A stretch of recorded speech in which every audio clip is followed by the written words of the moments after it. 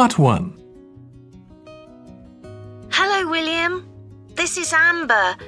You said to phone if I wanted to get more information about the job agency you mentioned. Is now a good time? Hi, Amber. Yes, fine. So the agency I was talking about is called Bankside. They're based in Docklands. I can tell you the address now, 497 East Side. Okay, thanks. So is there anyone in particular I should speak to there? The agent I always deal with is called Becky Jameson. Let me write that down. Becky Jameson. Jameson.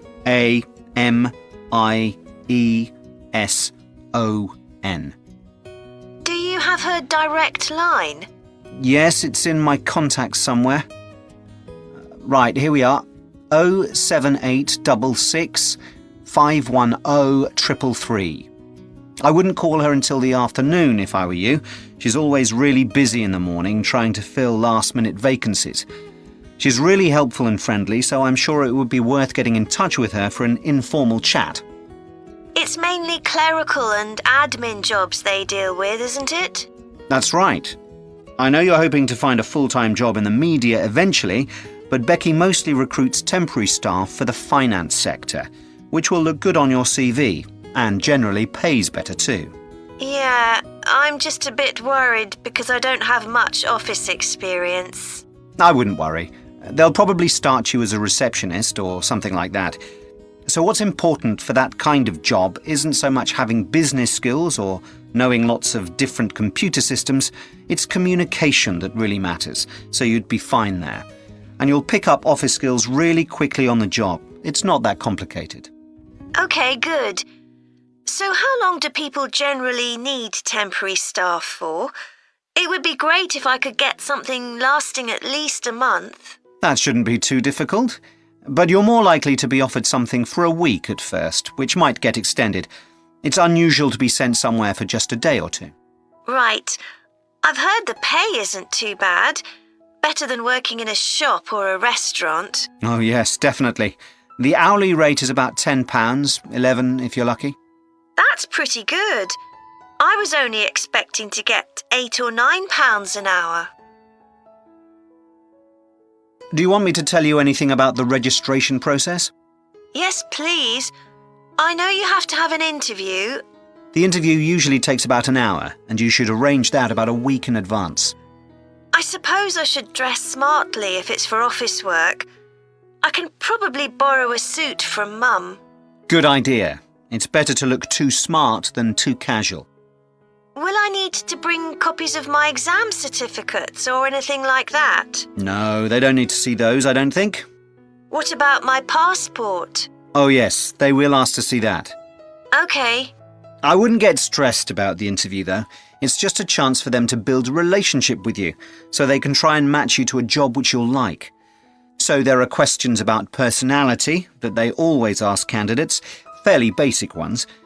And they probably won't ask anything too difficult, like what your plans are for the future. Hope not. Anyway, there are lots of benefits to using an agency. For example, the interview will be useful because they'll give you feedback on your performance so you can improve next time. And they'll have access to jobs which aren't advertised. Exactly. Most temporary jobs aren't advertised. And I expect finding a temporary job this way takes a lot less time. It's much easier than ringing up individual companies. Yes, indeed. Well, I think I've covered it. Part 2. Good morning. My name's Erica Matthews, and I'm the owner of Matthews Island Holidays, a company set up by my parents. Thank you for coming to this presentation, in which I hope to interest you in what we have to offer. We're a small family-run company, and we believe in the importance of the personal touch. So we don't aim to compete with other companies on the number of customers. What we do is build on our many years' experience, more than almost any other rail holiday company, to ensure we provide perfect holidays in a small number of destinations, which we've got to know extremely well. I'll start with our 6-day Isle of Man holiday. This is a fascinating island in the Irish Sea, with Wales to the south, England to the east, Scotland to the north, and Northern Ireland to the west. Our holiday starts in Heysham, where your tour manager will meet you. Then you'll travel by ferry to the Isle of Man. Some people prefer to fly from Luton instead, and another popular option is to go by train to Liverpool and take a ferry from there. You have 5 nights in the hotel, and the price covers 5 breakfasts and dinners and lunch on the 3 days when there are organised trips. Day 4 is free, and most people have lunch in a cafe or restaurant in Douglas. The price of the holiday includes the ferry to the Isle of Man, all travel on the island, the hotel, and the meals I've mentioned.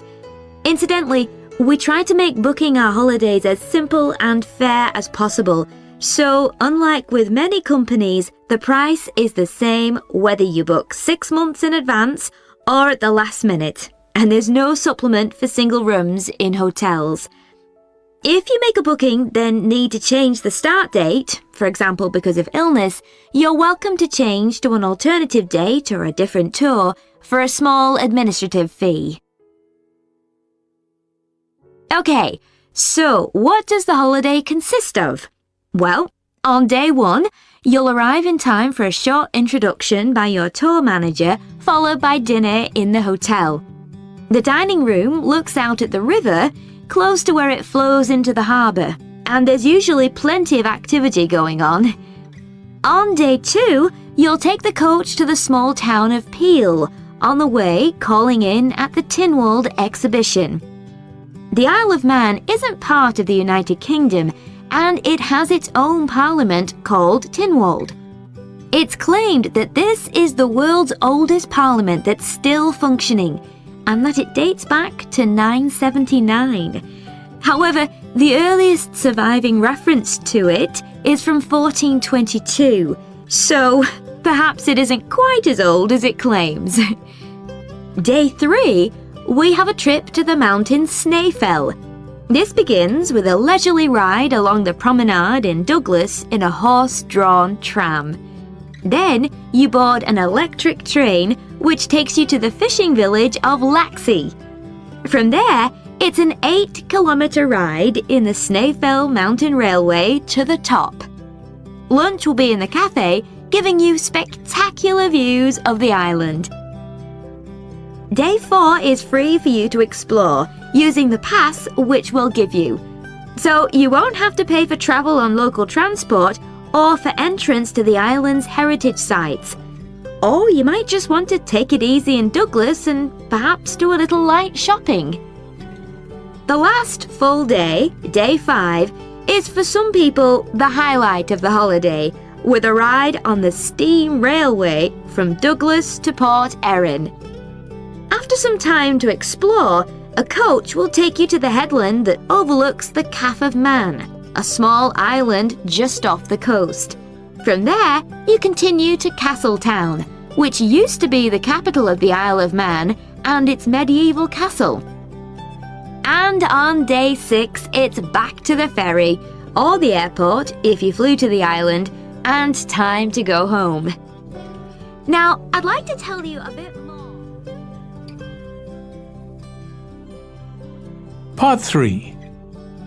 Ed, how are you getting on with the reading for our presentation next week? Well, okay, Ruth, but there's so much of it. I know. I hadn't realised birth order was such a popular area of research. But the stuff on birth order and personality is mostly unreliable. From what I've been reading, a lot of the claims about how your position in the family determines certain personality traits are just stereotypes, with no robust evidence to support them. Okay, but that's an interesting point. We could start by outlining what previous research has shown. There are studies going back over 100 years. Yeah, so we could just run through some of the typical traits. Like the consensus seems to be that oldest children are generally less well-adjusted because they never get over the arrival of a younger sibling. Right, but on a positive note, some studies claim that they were thought to be good at nurturing. Certainly in the past, when people had large families, they would have been expected to look after the younger ones. There isn't such a clear picture for middle children, but one trait that a lot of the studies mention is that they are easier to get on with than older or younger siblings. Generally eager to please and helpful, although that's certainly not accurate as far as my family goes.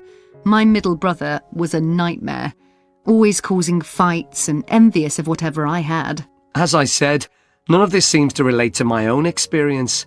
I'm the youngest in my family, and I don't recognise myself in any of the studies I've read about. I'm supposed to have been a sociable and confident child who made friends easily, but I was actually terribly shy. Really? That's funny. There have been hundreds of studies on twins, but mostly about nurture versus nature.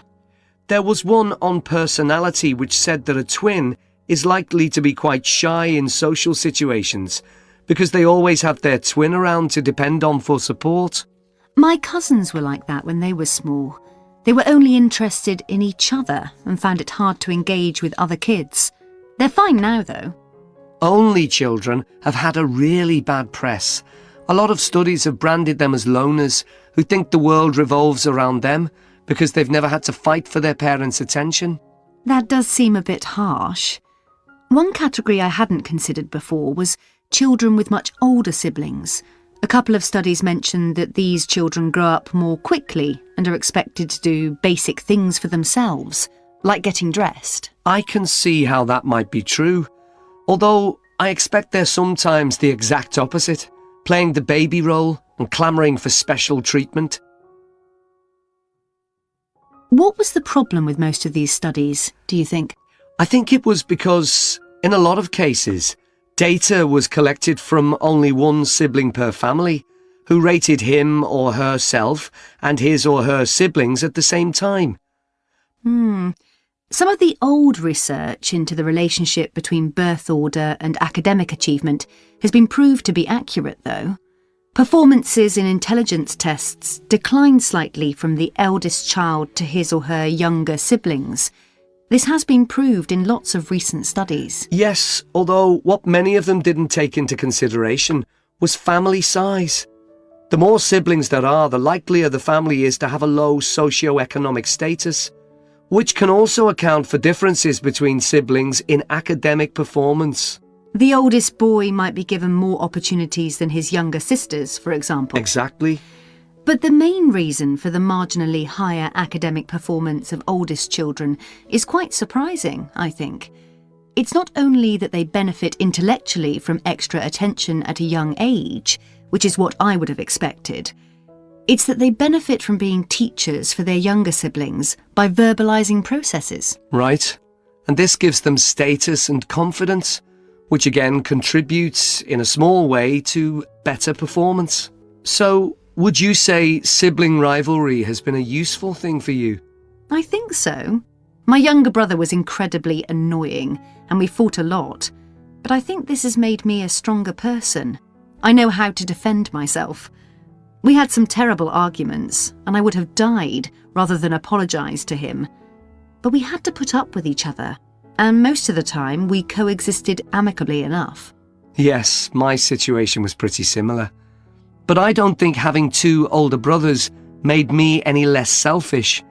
I was never prepared to let my brothers use any of my stuff. That's perfectly normal.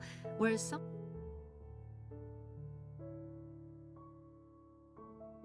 Part 4.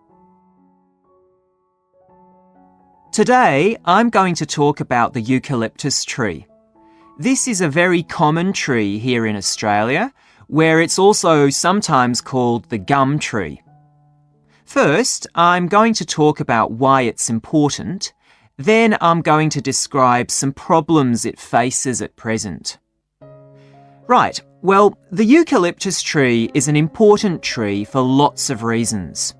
For example, it gives shelter to creatures like birds and bats.